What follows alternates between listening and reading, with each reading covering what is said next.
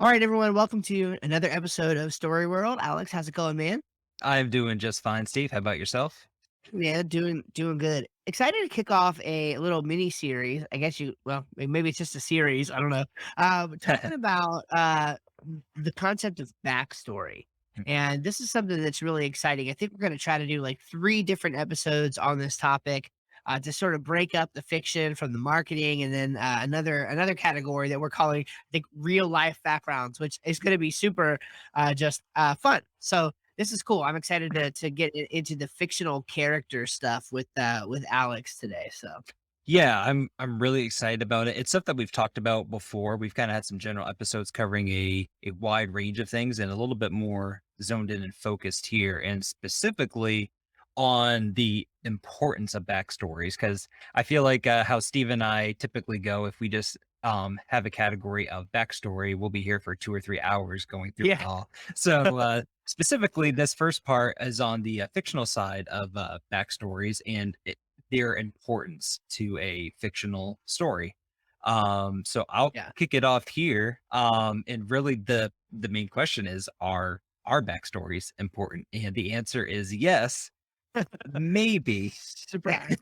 Maybe. Yes, So yes, but maybe. So I'm gonna go through nice. a couple things here where it kind of depends. Again, looking at it strictly from a at least my mentality from a fictional point of view. Yeah. Um, so yes, they are important. How important it depends. Again, it can this can apply to short stories, fictional movies, everything. But I usually apply it to writing. It could apply to video games too, but I just kind of think in terms of writing for a full fictional story. So, some questions to ask yourself on the importance of a backstory is, what are you writing? And typically, size and type matters. So if you're writing an epic fantasy book, or an epic, say, science fiction book, but it's just a single novel, um, yeah, you might be able to include backstories, and they might be important, or they might not. In my opinion, a great example of a one of the best novels I've ever read is Dune, and really trying to think about it, I I could be wrong on it, but I don't think there is any backstory to any of the characters. There's some explanation as to some history on like some of the like organizations and the government and a couple other things, but the movie starts with Paul, I believe at nighttime, getting ready to visit the I forget her name, but to go through the test, and you get sucked right into it, and it's a lot of info dump.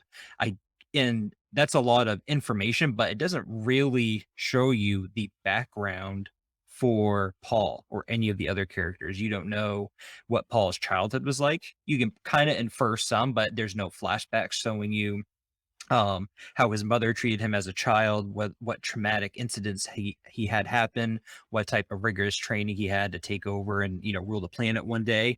You're just kind of thrown into this story, and it just moves chronologically. You don't really get that background, and so in a situation like that, you think, well, you should have at least some background. But in one of the, in my opinion, one of the best well written science fiction novels of all time, there's hardly any background to those characters, but you fall in love with them and they seem real, and the story is super effective. So, how important are backgrounds to characters?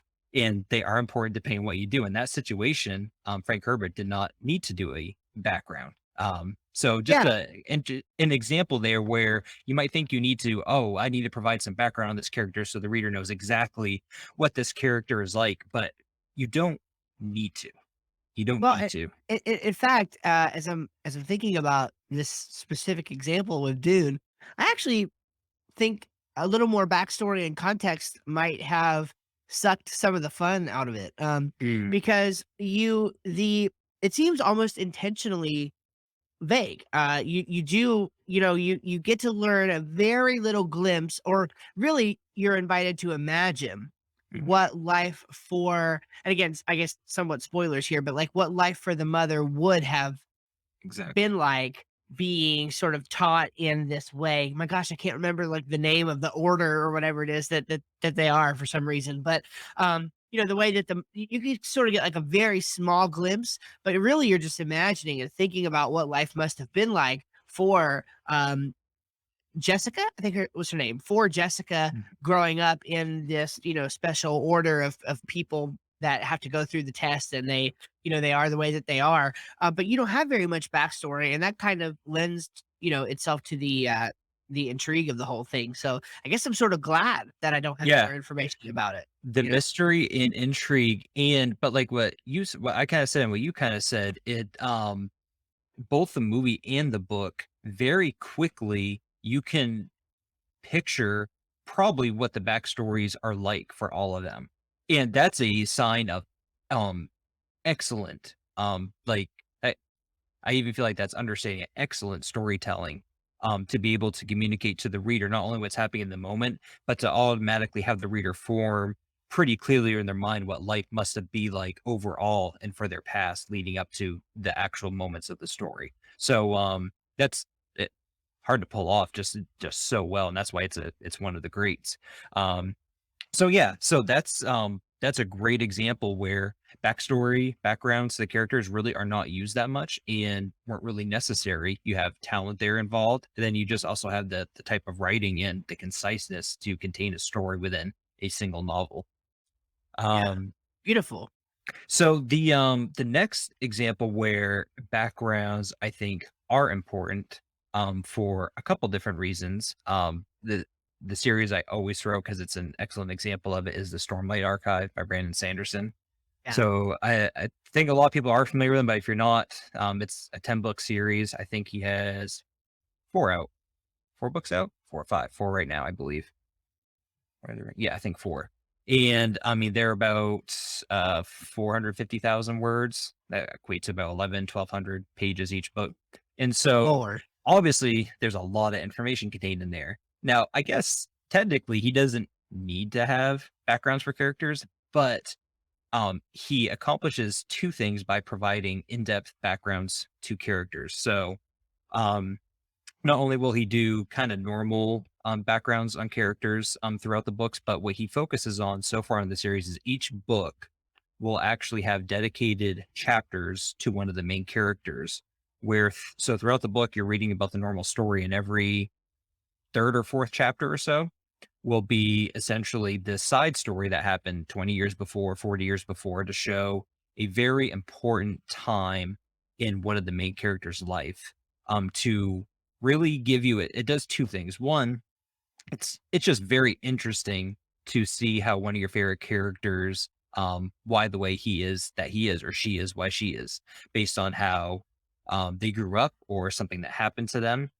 And then what so that's just always interesting. I'm just finding out and reading more about the characters you love. A very simple attraction there. And the second part that Sanderson does well, just because he's a brilliant storyteller, is he really weaves those backgrounds into the story that's happening um, in the normal timeline of the book as well.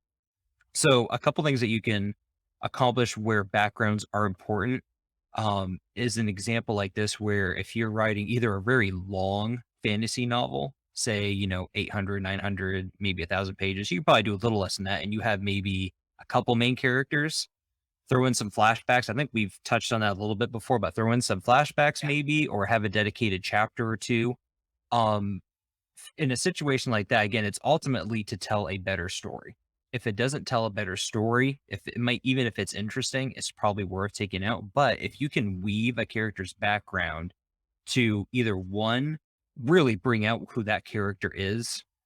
One example I can think of that kind of falls into this category um is in Harry Potter with one of the characters. I won't say it because Steve hasn't watched the Harry Potter series, so we're gonna have to yeah, sit down and watch that sometime. But or so to really like bring to light something about a character, which kind of is story related, but more so background related to reveal something about the character, or tell the background of a character slowly over time or even all at once to add to the actual main story. But in either case, you shouldn't just have a background story or a background dedicated chapter or prologue or interlude or anything about the background of a character just because you think something that might have happened to a character was interesting. It actually has to tie into the main story. Um, yeah, I think I got all that down. Yeah. Is there anything kinda like, I don't know, specific you can point to that says, and I'm almost asking this selfishly because I kinda wanna write fiction one of these days, like, what what sort of requires background story context? I don't know if I'm asking the question well. I guess it depends on what kind of story you're writing, but, like, are there particular, like, high points or whatever like that you would typically formulaically point to in the life of a character where it's like, "Okay, this requires some backstory or some context." Is there anything like that you can kind of point to right off or Again, it all goes down to it ultimately comes down to it's kind of like if I can use the analogy of a video game. You can have great art, you can have great music, even great marketing, have a excellent trailer, but if the gameplay sucks, then the game is going to suck. It doesn't matter how good the other things are. yeah. On the flip side of it, there's some video games that have okay art, some subpar soundtracks, although soundtracks should be pretty decent, but the gameplay is either super addicting if you have like an iPhone game or something else, or it's just like creates like a mesmerizing like playthrough for a couple hours and you win the game. And so it's the same thing with the backgrounds. Background stories in themselves don't necessitate themselves unless they kind of further the story. Does that make sense?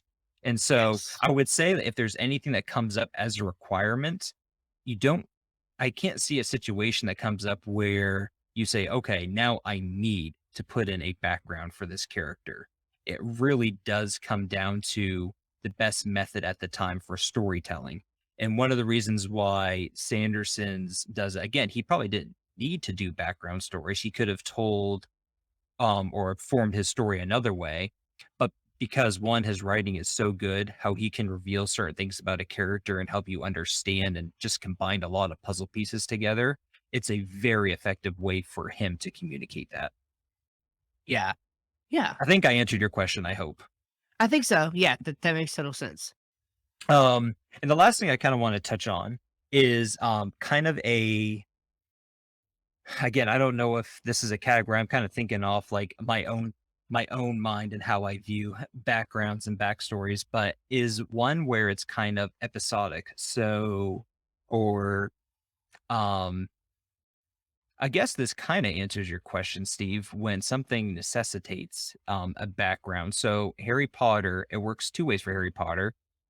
This is about backgrounds, but it also kind of works magic too. In each of the books or movies, some form of different magic will come into the story that a lot of times you'll think, well, how come that wasn't around like in the past book? Or, why are we talking about Oh, this now and not later or earlier? And so what what J.K. Rowling does, and it quite good. It definitely works for her form of storytelling. Is say she'll come to one of the books, and then I think she probably, even though she had the whole story as a whole, it kind of appears just by how the structure of everything is. She'll come to a book, and in order to make the story of that book work and tied to the past and the future, she might realize, oh, here's a character where I want to use them here.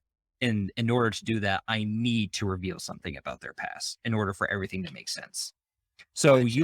So you might come and have a general part of a story, then you come and say, "Well, I want this character to interact with the main character," but if the reader doesn't know this about the main character that happened 10 years ago, none of it's gonna make sense. So therefore, I'm gonna have to do a flashback or reveal something about backgrounds. One of my favorite books for telling background stories that reveals a lot, and it's great, is the sixth Harry Potter book, The Half-Blood Prince. That's probably my favorite one in the series that deals a lot with backgrounds, a very lot with backgrounds, and I think it was very well done. So there it's kind of I would say a mix. Overall, you do find out in the first Harry Potter book how he got his scar, but it's fairly quick. Yeah, you do have a background there, but it's quite quick. But then through the rest of the book and kind of series, you don't really get, oh, here's how this person started on their journey. But Yeah. at certain times, there are certain parts of the story where it necessitates going back to show you the history of two characters together or how something started through another like side story or something. So can that makes sense. Can you speak to I've heard Brandon Sanderson talk about this and you might just want to, I don't know, maybe you could probably explain it even better than I'm going to.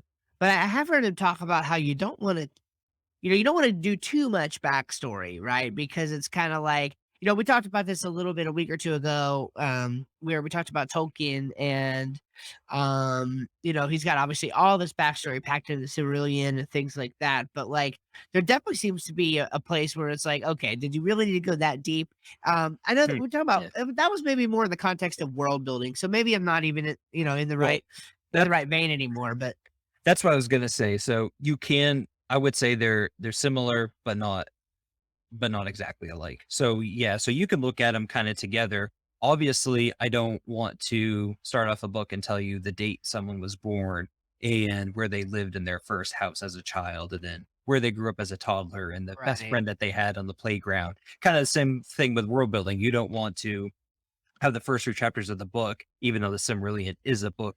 Silmarillion's different because that actually is a, guess you could say, like, the, backstory book, yeah, yeah, a backstory book, so it's yeah, dedicated for that purpose, but you wouldn't want the first 5 chapters of The Lord of the Rings to show all the history of what happened. You just want to get but to the Lord of the Rings story. right, you wouldn't want it It's to be the Silmarillion, you'd exactly, you want wouldn't want it to be this right, way, you yeah, want that as a separate book, so it's the same thing with character backgrounds. So, okay, obviously there's definitely, in Lord of the Rings, there's definitely some world building stuff that happens there and things that reference, the, different things that happened in the past in Middle Earth, but, um, it's the same thing with character backgrounds. So you don't wanna tell everyone's back you don't wanna tell every character's background, and even the main characters, you don't wanna tell everything about their background. Only the ones that really further character development or the story. gotcha, And if you can do gotcha. both, then that's great. Whenever you can accomplish, it's the same thing. I think I've talked about this before. I'm blanking on the name, the guy who created, I think it's something Adams, the guy who created Dilbert, Doug Adams, I think. I think I might be wrong on that. Something Adams. We got a church with Doug Adams. Oh, well, maybe it's that's the guy. So, I forget his name, but anyway, he said before that, he listed his favorite comic strips that he made, and all of his favorite ones accomplished, like, 3 different types of jokes all at once. And so it's the same thing with writing. If you can, the more that you can accomplish at one time, and I wouldn't even call it overwhelming, because if you do it well, it's not overwhelming. It's a beautiful picture where everything just clicks and forms together. So, the more that you can accomplish at once, whether it's through backgrounds, a character reveal of something that happened in their past, that ties to the present situation, or however you want to tell it, the more that you can accomplish in your storytelling, the better. Very good. Awesome, man. Is that it? Is there any concluding thoughts on that? Is that, mostly what you had to share? As far as keeping it focused, there's more you can go into with, like, I'm sure we'll have more detailed podcasts about it. But as far as what makes the backgrounds important, and everything, yeah, that's all I have. And Fantastic. the importance of the backgrounds and whether sometimes they are important, sometimes they aren't. Man, that's awesome. Super helpful, super informative.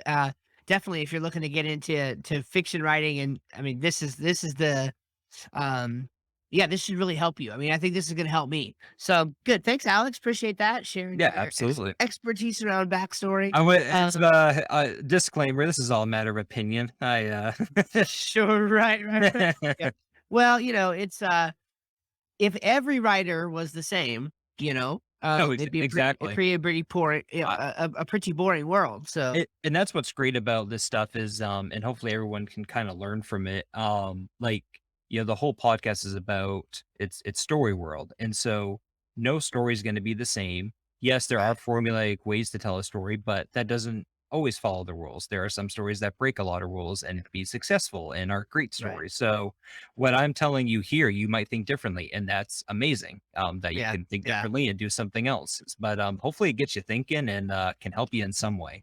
Yeah, well, I'll tell you, I mean, if nothing else, one thing that I'll definitely take away from this that anyone listening could apply to their own writing is the example from Dune, right? Right away, like Yeah, absolutely. maybe exactly what your story needs is not a backstory. And by the way, that still makes the backstory important. It just makes the Mhm. the intentional absence of the backstory important, right? So Yes. it's just a different way of thinking about it. But that's something really practical that I'm going to take away from what you shared. So Excellent. very Awesome, Steve. Well, I guess it's a shorter episode, but it was a good one. I like this kind of honing in on it. And dig it. I like laser focusing. This is fun. yeah, it's a This good is really change of good pace.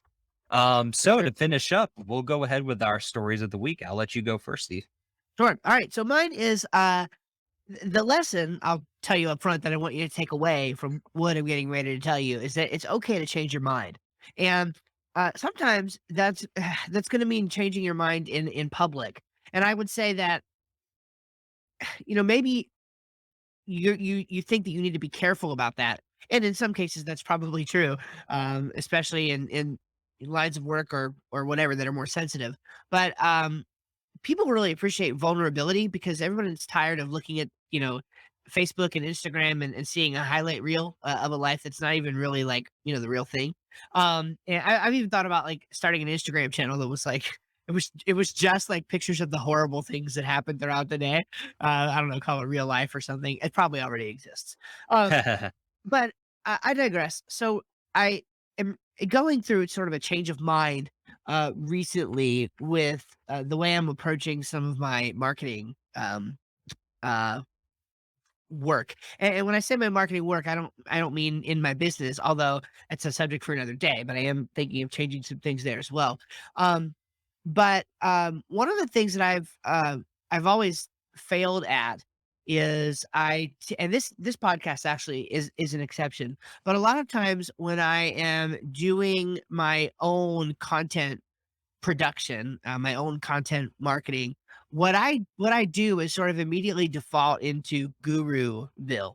I'm trying to act and talk like an expert. And it's not that I'm, not well versed in what I do. I mean, obviously, I share most of the thoughts around marketing in this podcast. I mean, I have a successful business. I have clients who see that and pay me money because I help make them successful. So it's not that I don't have expertise, but it's just that it's not really interesting to just be another guy who shares guru stuff, because everybody does that. What people really want to see from you and your marketing and everything is that you have a point of view, that you stand for something, that you draw lines in the sand on some things, that you have certain beliefs, and also people do want to see um, that you know what you're talking about, but not in like a vague, 10 steps to do this sort of way, even though that can work sometimes. It's more so about being very specific about the way that you think about your work.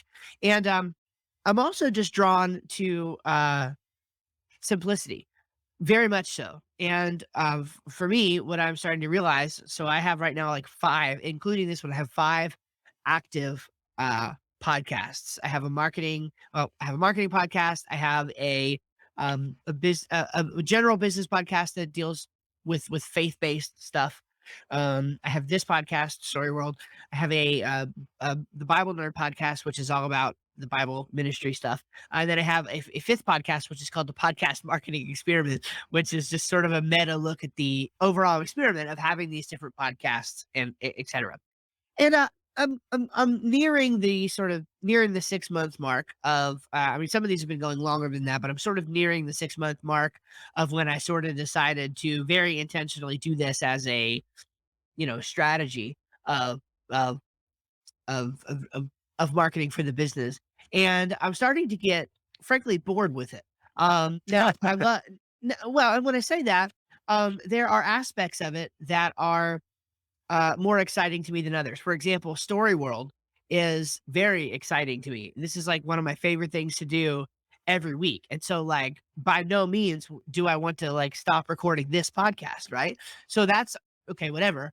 My ministry podcast is it is work, but it's something that I almost feel like again like a supernatural sort of Mhm. call to. Like I've Yeah. been down this road before where even if I take a season of time off of it, I will come back to it, Mm. and usually I lose, subscribers and I lose momentum during that season of time, and so I sort of know that, I sort of know that, like, even if I feel not so excited about it, I'll come back to it again soon, and I'll get excited about it. Um, but the other ones, the other 3 that I'm working with, I'm getting kind of bored with, and I think the reason why is because I'm really trying to be I'm really trying to speak in guru land instead of just just being me. And it's also a little frustrating because it's a little harder to get traction with a podcast anyway. So it's like there's like, two or three compounding factors that are making it, you know, like, I don't know that I wanna keep doing this. I know this is a long story of the week, but, it was a short episode, so we can afford it. And so what does all that mean? You're being really confusing. Okay, well, the what it's what it's come to is I've decided to go back to the idea of a simple blog, um, of steveschramm.co, right? Which it's just my name, with a .co instead of the .com because the .com is my ministry site. And so the .co is where I am sharing my thoughts on business strategy, design, productivity, things like that. Um, and what I'm doing is something that feels different than anything that I've ever done before. It feels entirely different because and I noticed that when I was brainstorming topics, I was able to just like one after the other, just like boom, boom, boom, boom, boom, because I'm sharing what I believe, what's actually happening, real things that are happening in my business. And I'm not what's really cool about it is it doesn't feel forced because I'm not trying to I'm not trying to be like, 10 steps to do whatever, or what I'm really just doing is genuinely sharing, like, yeah, here's what's working for me. I'm not going out and saying, oh, I'm going to keyword research this topic all crazy, and I'm going to write a 2,000 word blog post. And like, I probably should, in air quotes for those of you just listening, should do some of that stuff. Um, but I really don't want to. And one of the ideas is to me that if it feels forced, it's fake. um, you know what I'm saying? And so I'm intrigued by this. So anyway, that was a long way of saying I am moving slowly with the decision, but I'm probably going to at least temporarily sunset. I mean, the sun rises again, but I'm at least going to temporarily sunset maybe three of those podcasts, lean into what is working and what is fun, which is the Story World podcast and also my ministry podcast. And then for all other thoughts, really start sharing them on the blog. And the other reason why I'm doing this, it is a much lower friction sort of thing. It's a lot easier, frankly, to Mhm. write than it is for video production and things like that. But it goes beyond that. For me, it's a matter of identity. I don't identify as a video producer. I don't identify as a podcaster, although I'm not bad at either of those things. I'm pretty good with video and I'm pretty good with speaking, even though I have maybe some filler words here and there. I'm not a bad podcaster. Um, but I identify as a writer. Like that, being a writer is part of my identity. And in a world where everybody is, you know how the pendulum just swings, everybody is on video now.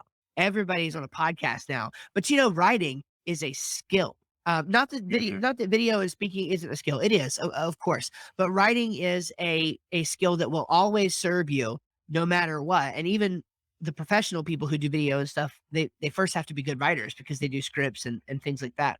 And so what I want to do is sort of lean into the fact that writing is not only my skill, but it's the thing I enjoy the most and it's the thing that has served me the most over my years of doing business. And so I just feel like I want to lean into it again and it's exciting. It's exciting for me. And it's like, what it might take me a 10-minute podcast episode might take me 45 minutes by the time it's all said and done. And that's even with a very low, production value in terms of cutting things up, editing and whatever. That's with a lower fidelity production value. Whereas in 10 minutes, I can have 500 to 1,000 words of unique original thoughts down and out there for the world to sort of see whenever. It's easier to share. There's just a lot of good things. So I've been thinking about this for a while. So I did want to take the opportunity to sort of think through it out loud with you all here because you're my friends. So that's it. It's okay to change your mind. And right now I'm sort of in a season of changing my mind in public. And guess what? I'm going to write about that. I'm going to share that. I'm going to tell people about it. I'm going to be like, here's why I'm doing it. Here's what I'm thinking. And I'm just going to be very vulnerable about it and we're going to see how that goes. So that's my story of the week. You said a lot of really good stuff there that I've thought about before. I think is really helpful for people to know. One thing is I've fallen in the trap of not doing something until I feel like I have already mastered it or become a guru in it. Does that make sense? Oh, yes. Mhm. It's Yeah, like I remember with doing my pixel art for my video game, I spent hours and hours watching tutorials, and I was always like just afraid to start it because I felt like I didn't know everything I needed to know. And then I yeah, just realized that you're not gonna, it's like, oh duh, but it's hard. And so I had to actually start with the pixel art, and I didn't know what I was doing. And my yeah, first few things looked awful. And then I slowly got better and slowly got better. And now I would say, I might show my art sometime. I would say I am a good pixel artist. I wouldn't say I'm great. I have a lot of ways to go. There's still going to be a lot of iterations until I'm done, yeah. but that shouldn't stop me from still putting out my pixel art and at least working on it for my video game, even if I have to make more iterations of it. Um, Totally. it's the same thing with writing. If don't worry about how good you are, write a book, and then you're just going to get better at it. And then a lot of times where we Yeah. have this barrier is when we're speaking about it. So, for instance, I talked a lot today about fictional writing and backgrounds and my opinions on it. A year ago, I definitely would not have had the um, I guess, courage to talk about it because I still don't think I am an expert in all that. Someone who is an expert would be like Brandon Sanderson, who one teaches it and two has actually proven that he can write. For Sure, me, yeah. I don't have either of those, but I'm talking about tonight what stuff that I knew or my opinions on it. And even though I'm not an expert, I can still say what I think to be true. And that goes to changing your mind too. I might be singing a different tune a year or two from now. So just a lot 100%. of just a lot of good thoughts that you said there, Steve. I just kind of wanted to hit home on. Yeah. No, I appreciate that. I mean, it's definitely it's a slight shift, but it's an important shift in that sharing your perspective and your opinion on something, versus just sort of parroting what the mainstream, is. And honestly, when something becomes mainstream, like not in all cases, but a lot of times it it's wrong. And the word wrong, that might be the wrong word to use. But it becomes, and this is actually a fact in marketing certain things. Like for example, on Instagram, this is just because it's an easy example to see. Like a lot of times you'll see images or videos come across your feed that like start to look similar. Like maybe you see ones from people who do lots of quotes where you can sort of see it looks like a screenshot of Twitter or a screenshot of an Apple Yeah. note. Yeah. Now, have you seen those? Okay, most people Mhm. have. So the first time somebody did that, it was new. And and the second time somebody did it, it was still pretty new. And the 500th time somebody did it, it was still pretty new. The 50,000th time somebody does it, okay, it's a little bit less new, and that thing that at one time was good, Mhm. um, is now maybe no longer working as well as it once did. And so the contrarian thing to do would be something entirely different, and now that's going to be the thing that stands out, and eventually it's going to stop working. So that's one thing I would say about that is like sometimes you just have to change your mind, and people respect those who can actually just say what they mean, say what they think, and not have to constantly clarify it. And I actually have to say that I think that that's something I learned about having discussions in a religious context, which is helpful and necessary in that context. I sort of falsely imported into the way I talk about business, and it made me boring. And I don't know if this is going to help anybody, but it's like when I'm talking about life and death, worldview, religion type of stuff, I do want to be very careful. I want to move slowly. I want to be Mhm. logical. I want to be I want to be methodical. But when I'm talking in business, people don't follow people like that. People follow people who have an opinion.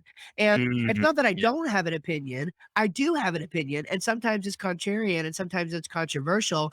But especially in my podcasting, I'll default to saying the accepted thing instead of saying what I really think about a matter. Whereas with writing, um, I tend not to have that problem as much.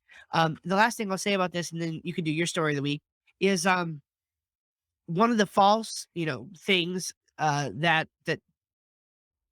well, one of the tough things with this is you'll have people who say, and I'm trying to be careful here and a little measured because I'm a mentor of mine who is really close to me, and who is in a very similar, or at least was in a very similar line of work to me, likes to say that you need to be careful not to share stuff like, okay, let's just be really practical. It's web design, right? That's part of a big part of what I do. And what he'll say, he's a coach to web designers. And what he'll say is you got to be careful with sharing content that's about what you do because um clients aren't interested in that, right? Clients are interested in how it works for their business. You know, you want to be careful not to create content that attracts the DIY type of people. That's what he says. And I sort of bought into that, and I heard it and I was like, yeah, I agree with that, right? And so that's when I really started making more of my content towards what would the business owner want to see. Well, the lie about I had to hit my microphone. The lie about that is that what a business owner doesn't you don't really know what the business owner wants to see. And when you're creating content for what you think somebody else wants, it's almost always going to be wrong. And it so if and it's going to be more generic because you think they want 10 tips to do whatever that 5 or 15 or 50 other people have done a post about, and then now you have to try to be better than them versus what if all they really want is to see that you know your crap. And so, what if by actually talking directly about what you do and your opinions and sharing your thoughts on design and this, that, and the other thing, what if what the client really wants to see is that you actually know your crap? And Mm, so, by teaching and becoming a thought leader in your own space and becoming a mentor of sorts to the others who even do the similar thing that you do, and even catering, you know, to some of the DIYers. What if then they actually look at you and say, "Oh my gosh, well, yeah, I want to work with this guy. This is the guy who teaches the other guys how to do the thing." mm, And so, even you know, being entrenched in this world, I mean, I've bought into some lies that have unfortunately led me to create content that I don't feel genuine with and I don't feel great about. And so, this sort of represents you know, line in the sand to say, I'm going to be okay with changing my mind here. And I'm not gonna lie, it's bucking up against some things, like, literally the last episode of the marketing podcast, and I'm thinking about temporarily sunsetting. The last episode that I recorded of it was talking about how sometimes you just need to push through and give it Netflix to a year and this, that, and the other thing, and I'm not gonna lie, I looked at that and I was like, "Wow, I feel like a super hypocrite now." Um, but I really, you know, I don't know. I really don't because I feel like now I can share that story and somebody else will identify with me and it'll, I don't know, it'll all, again, it's okay to change your mind. And it's okay to do it in public. So that was very long. I'm so sorry. But I do think it's a helpful case study and, you know, we'll see how it goes. I'm very passionate about it and I'm excited about it. So it's sort of like a new chapter, but it's a new old chapter. And it's refreshing. So it's cool. no, that's good. I'll give you a pin on Sunday when I see you at church for the longest story of the week, and so you can wear Sweet. that Thank proudly. you.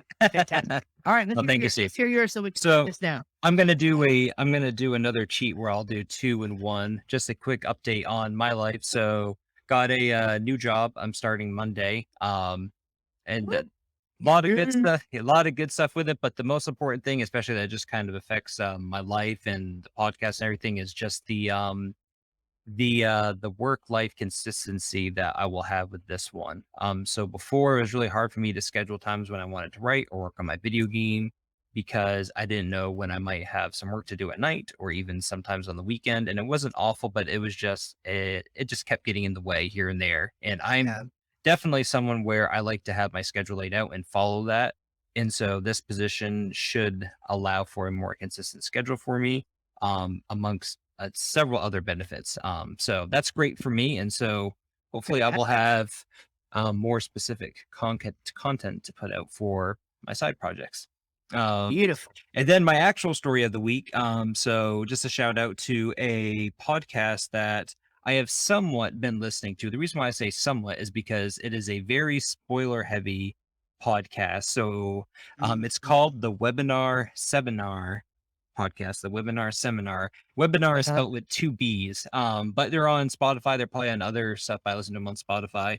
Um, and really quite short episodes, I guess, compared to ours, and anywhere between like 15 and 30 minutes. But group of guys that are super nerds and super nerds about Star Wars and the MCU and we're just reviewing cool movies that come out, reviewing them, Really? talking about like retro video Ooh, game collection stuff, and so what? really fun stuff. They're great to check out. They're a bunch of guys that just like to have fun, and so check them out. I think again, that's why I say I somewhat watch them because there's a lot of things that they review that I haven't watched, so I have to skip the episodes. But if you're really into that stuff, it's great just to hear someone talk about it. I think their first episode reviewed the new Batman movie. It's a newer podcast, and then they talk about Moon Knight, Obi-Wan Kenobi series coming out. They broke down the trailer, so just a really fun podcast to listen to. So check them out. How'd you find them? I'm friends with one of the guys that's in it. Oh, Yep. fantastic. So yep, and so I think it's him, his brother, and a friend or two. I forget specifically who's in it, but he's in it, and it's he's actually a dedicated listener to us too. So Oh, thank you for cool. listening. He's probably listening. He'll probably listen to this episode and say, "Oh, great, look at that, a shout out for us." So Oh, fantastic. it's a I'm fun excited. podcast, though. I'm gonna Yeah, it's check it good. out. It's good. It's really good. Sweet. All right. Well, that's exciting. I'm going to wrap it up so we can get out of here. Thank you for Perfect. listening to our thoughts on this, and we just it's an honor, honestly, that you would take the time to listen. So it's fantastic. Definitely. Thank you. You guys take care. God bless. We'll see you in the next episode of Story World. See ya.